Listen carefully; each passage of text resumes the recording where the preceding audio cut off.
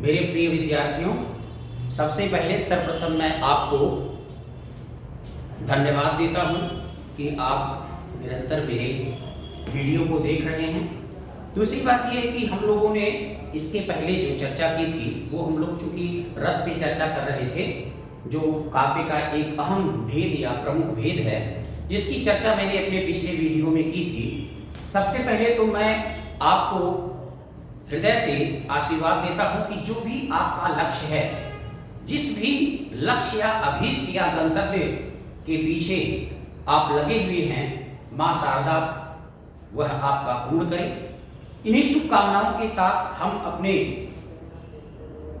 बिंदु पर आते हैं। क्योंकि हम लोगों ने पिछली जो वीडियो थी, जिसका पार्ट 1 आप कर सकते हैं, उसमें हमने रस की चर्चा की थी। दोस्तों, यहाँ पे सबसे बड़ी समस्या ये है कि जैसे विद्यार्थियों के सामने एक सबसे बड़ी समस्या ये आती है, पीछे भी पिछली वीडियो मैंने कहा था कि अगर आपसे पूछा जाए रसों की संख्या कितनी है, तो अगर 9 है, 8 है, 11 है, तो उसमें आप जो है 9 रस 9 लगाएं, क्योंकि सर्वमान्य जो आपका विचार है या सर्वमान्य जो मत है वो 9 ही माना गया है। दूसरी बात, जहां तक चर्चा है कि रसों की संख्या 8 है या 9 है या 11 है, तो सबसे पहले हम इसकी चर्चा इस संदर्भ में करना चाहेंगे कि सबसे पहले तो रसों की संख्या कितनी ये स्पष्ट हो जाए।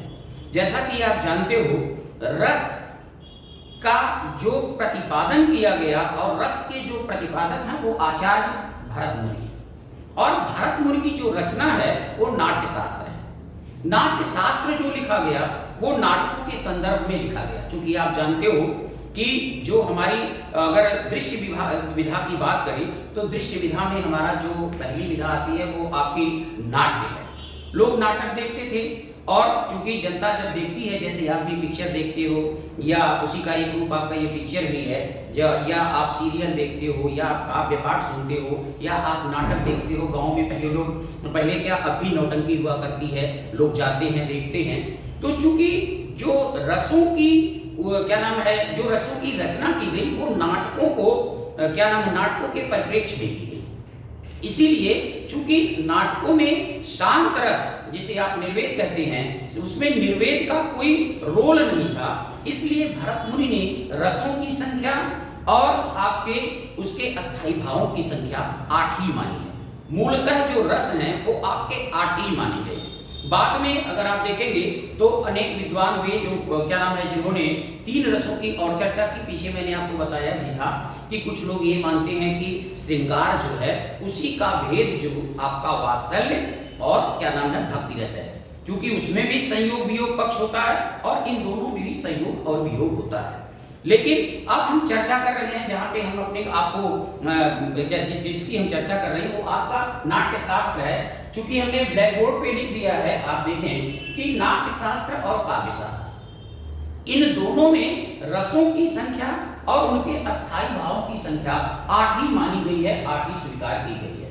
जैसा कि आप देख रहे हो, यहाँ पे लिखा हुआ है कि नाट्य शास्त्र एवं काव्य शास्त्र के आचार्यों ने 8 ही अस्थायी भावों की चर्चा की है, और उसको उन्होंने नाट्य शास्त्र या काव्य शास्त्र में किस रूप में उन्होंने उसको निर्दिष्ट किया है, आपके सामने है। रति हास्यस्य शोकस्य क्रोधोत्साहो भयं तथा जुगुप्सा विस्मयश्चेति अस्थायी भाव प्रकृतिता। यानी इसके आधार पे देखा जाए तो रति, हास, शोक, क्रोध, उत्साह, भय, जुगुप्सा, विस्मय, यही आपके 8 अस्थायी भाव हैं। और ये बात किसमें कही गई है? ये भरतमुनि ने अपने नाट्य शास्त्र में कहा है, और जो काव्य शास्त्र के आचार्य हैं उन लोगों ने भी अपने काव्य प्रकाश में इसकी चर्चा की है। इसी से संबद्ध 8 रसों की बात की जाती है। जैसा कि आपने नीचे लिखा, यही सेम बात, जैसे 8 उन्होंने अस्थायी भाव माना है और 8 ही उन्होंने रस की भी चर्चा की है, जिसमें श्रृंगार, हास्य, करुण, रौद्र, वीर, भयानका, विभत्सादु, भू संज्ञो च इति अष्टौ नाट्ये रसा स्मृता। अर्थात यही 8 आपके जो रस हैं वो नाटकों में या नाट्य शास्त्र में वर्णित हैं। इस आधार पे अगर देखा जाए तो रसों की संख्या और उसके अस्थायी भावों की संख्या, जैसा कि आप देख ही रहे हैं, नाट्य शास्त्र और काव्य प्रकाश में 8 ही मानी गई है। इस आधार पर यह कहा जाता है कि मूलतः रस 8 ही थे। लेकिन बाद में जैसा कि आप जानते हो कि आपका जब आप हिंदी साहित्य का इतिहास पढ़ोगे तो उसमें आप देखोगे कि आदिकाल के बाद भक्तिकाल आता है।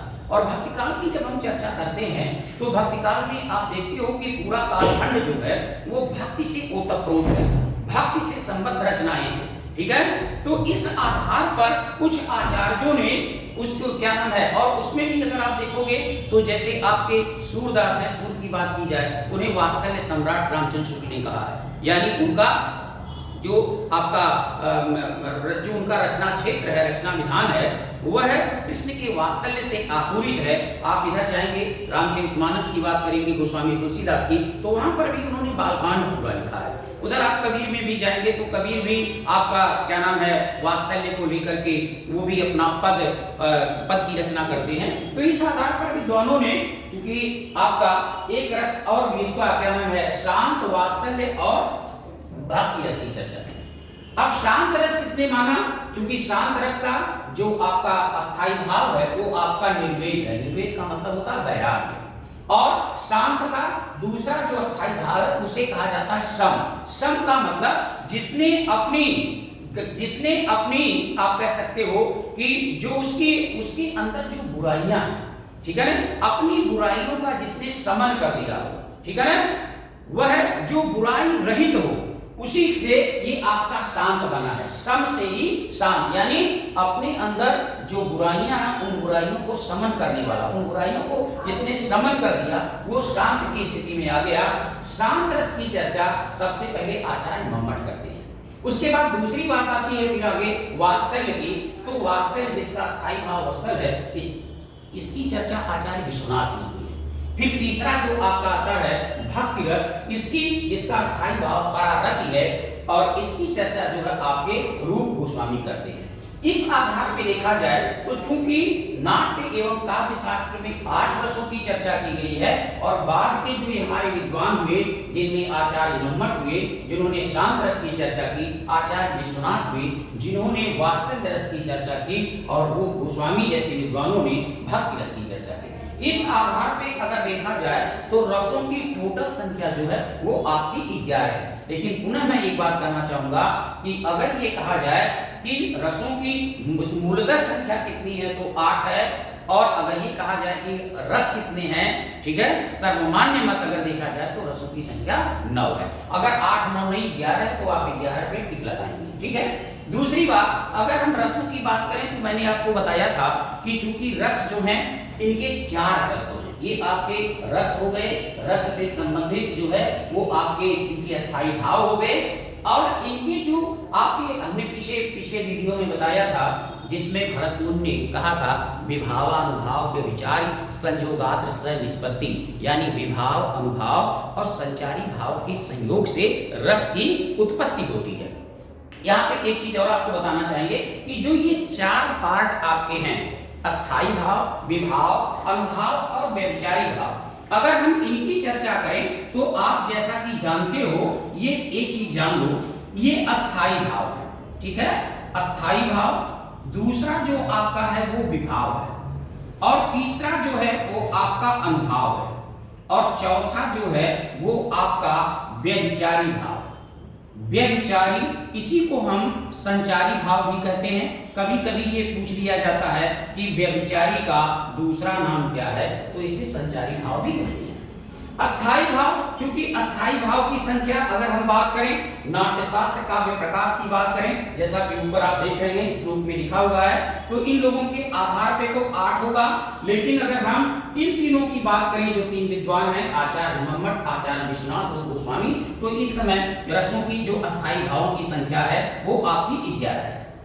विभाव, अस्थाई भाव क्या है? जो वह भाव जो सदैव हमारे हृदय में अस्थाई रूप से निवास करता है उसे हम अस्थाई भाव कहते हैं, और ये जो है जैसी परिस्थिति होती है उसी के अकॉर्डिंग इसमें परिवर्तन हो जाता है। जैसे उदाहरण के लिए आप समझो, मान लो कि आप कहीं जा रहे हो, ठीक है, आप कहीं पे जा रहे हो और आप क्या नाम है अपने मित्र के साथ या अपनी सहेली के साथ कहीं जा रही हो या जा रहे हो, ठीक है, आप बड़ा प्रसन्न होकर के कोई आपने ऐसी बात की, कोई ऐसी चर्चा की जिसमें आप लोग को ठाका लगा के हंस रहे हैं, हंसने लगे।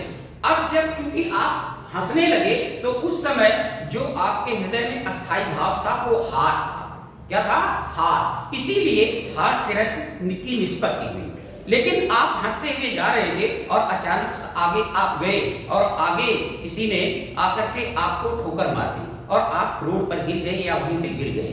तो ऐसी स्थिति में क्या होगा कि अब जो आपके अंदर अभी आप हंस रहे थे, हास अस्थाई भाव उत्पन्न हुआ था, जब आप गिर जाएंगे तो तुरंत वह अस्थाई भाव परिस्थिति के अनुसार परिवर्तित हो जाएगा और आपके हृदय में जो है वो आपका रौद्र क्या हो जाएगा? जो आपके हृदय में वो क्रोध यानी आपका क्रोध नामक अस्थाई भाव जागृत हो जाएगा, क्योंकि उस समय आप गुस्से से भर जाएंगे और तुरंत परिवर्तन हो जाएगा। अभी हास से रस उत्पन्न हुआ था, अब तुरंत जो है वो आपका रौद्र रस हो जाएगा। ठीक है, मान लीजिए ठीक है, आप वहां से आगे बढ़े और आप आगे गए और आपने आगे देखा कि कोई व्यक्ति मृत पड़ा है, लोग वहां रुदन या क्रंदन कर रहे हैं। तुरंत आपका वह अस्थाई भाव जो रौद्र रूप में आपके क्रोध रूप में आपके हृदय में निवास कर रहा था, जैसे आप आगे बढ़ेंगे वहां पे जैसे आप रोने धोने की चित्कार की आवाज सुनेंगे, तुरंत आपका वह अस्थाई भाव परिवर्तित हो जाएगा और उस समय आप जो है आपके हृदय में क्या नाम है, शोक नामक अस्थाई भाव उत्पन्न हो जाएगा और आप करुणा से या आपका हृदय कारुणिक हो जाएगा। तो ये जैसी परिस्थिति होती है, जैसी कंडीशंस होती है, उसके अकॉर्डिंग ये आपका परिवर्तित होता रहता है। और जैसे मान लीजिए कि कोई लड़की है, कोई महिला है, वो घर गई और घर जाने पे उसका छोटा बच्चा है, तो जैसे ही वो घर पहुंचती है तुरंत बच्चा जैसे मम्मा मम्मा करता है, उस समय क्या होता है? उसके हृदय में तुरंत वात्सल्य भाव जागृत हो जाता है। वत्सलता से वत्सल जागृत हो जाता है और वात्सल्य रस से परिपूरित हो जाती है। सब कुछ भूलकर वह तुरंत अपने बच्चे को गले लगा लेती है। यानी अस्थाई भाव जो है ये परिस्थिति जन्य है, जैसी परिस्थितियां होंगी उसी के हिसाब से अस्थाई भाव जागृत होंगे। दूसरी बात अगर बात की जाए विभाव, तो विभाव क्या है? विभाव की बात की जाए तो इसका मतलब होता है कारण। विभाव का मतलब होता है कारण, यानी जो अस्थाई भाव को जागृत करने का कारण है उसी को हम विभाव कहते हैं। ठीक है, अब तीसरी बात आती है जागृत करने का कारण, मतलब जैसे जागृत करने का कारण क्या है कि आप जा रहे थे, आप हंस रहे थे और आके एक व्यक्ति ने आपको टक्कर मार दिया। तो जो टक्कर मार दिया, जो टक्कर मारने वाला है वही क्या हो गया? वही आपका कारण बना। क्यों? क्योंकि आपके मन में जो क्रोध आया उसके टक्कर से आया। तो जो आपका कारण है उसी को हम विभाव कहते हैं। अनुभाव की अगर बात करें तो अनुभाव क्या है? अनुमानी होता है अनुकरण। मैंने शायद अगली वीडियो में पहले बताया था, अनुमानी होता है उपसर्ग है अनुकरण करना। ठीक है, और ये जो आपका भाव है इसका मतलब हो गया अस्थाई भाव। जो अस्थाई भाव का अनुकरण करे उसे हम अनुभाव कहते हैं। और अगर दोस्तों व्यभिचारी की बात करेंगे तो देखिए व्यभिचारी जो है यहाँ पर मैंने लिखा है, इसमें आपके 3 शब्द हैं, बी अभिचारी। बी माने होता है विशेष रूप से, अभि माने साथ साथ और चारी माने चले, यानी जो विशेष रूप से साथ साथ चले उसी को हम व्यभिचारी कहते हैं। यानी वह भाव जो अस्थाई भाव के साथ विशेष रूप से साथ साथ गतिमान हो उसी को हम व्यभिचारी भाव कहते हैं। ये आपके 4 भेद हैं रस के, जिनकी चर्चा काव्यशास्त्र में की गई है। ठीक है, अब इसके बाद अगर बात की जाए तो जो हमारे अस्थाई भाव हैं, उन अस्थाई भावों और विभावों या अनुभावों की अगर बात की जाए तो ये जो आपके हैं इनमें अस्थाई भाव, अब हम इसकी चर्चा करेंगे कि अस्थाई भाव, चूंकि आप जानते हो कि अगर क्वेश्चन पूछा जाता है तो यहाँ पे आप ऐसे भी देख सकते हो कि इसमें कोई खास बात नहीं है। अगर आप यहाँ पे देखें तो जैसे रति है, ठीक है, रति की अगर बात करें तो रति जो है ये किसका अस्थाई भाव है? रति जो है ये आपका श्रृंगार का अस्थाई भाव। ठीक है, श्रृंगार का अस्थाई भाव आपका रति है। ये दूसरा पार्ट जो आपका है इसकी बात करें, ये हास्य है, हास्य रस का अस्थाई भाव हास है। और अगर हम तीसरे की बात करें, चूंकि शोक है तो शोक किसका अस्थाई भाव है? ये करुण रस का है। अगर हम क्रोध की बात करें तो क्रोध जो है ये किसका अस्थाई भाव है? ये रौद्र का है।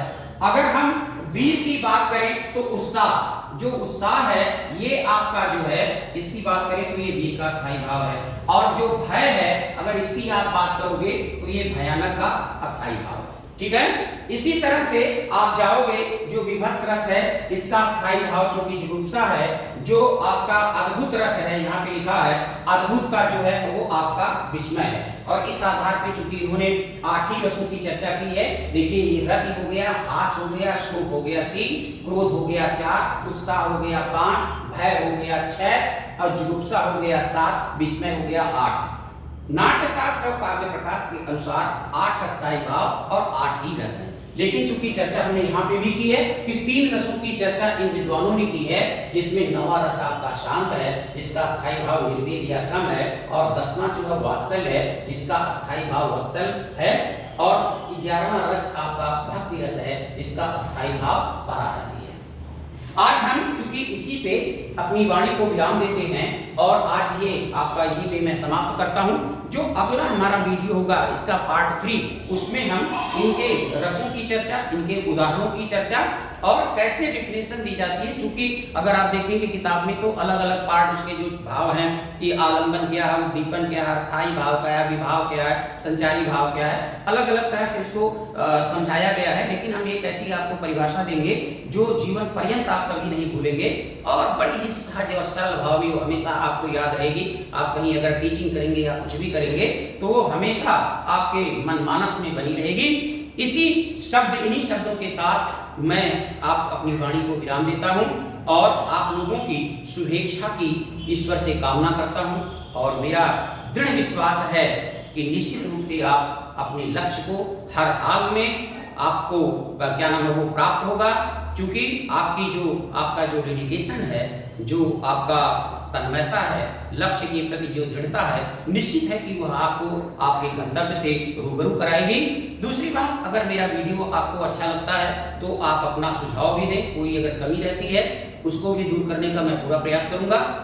इसके साथ आप इसे लाइक करें, सब्सक्राइब करें। अगर आप लाइक करेंगे, सब्सक्राइब करेंगे तो निश्चित रूप से मेरा भी उत्साह बढ़ेगा और मैं आप लोगों के लिए इसी तरह की अनवरत लगातार जो है वो जो भी है, अभी चूंकि मैं व्याकरण की चर्चा कर रहा हूँ, फिर हिंदी साहित्य की चर्चा करूंगा, उसके बाद इतिहास की चर्चा करूंगा, फिर मैं इंडियन पॉलिटी की चर्चा करूंगा, मुष्करण के मुद्दे हैं उन पे चर्चा करूंगा।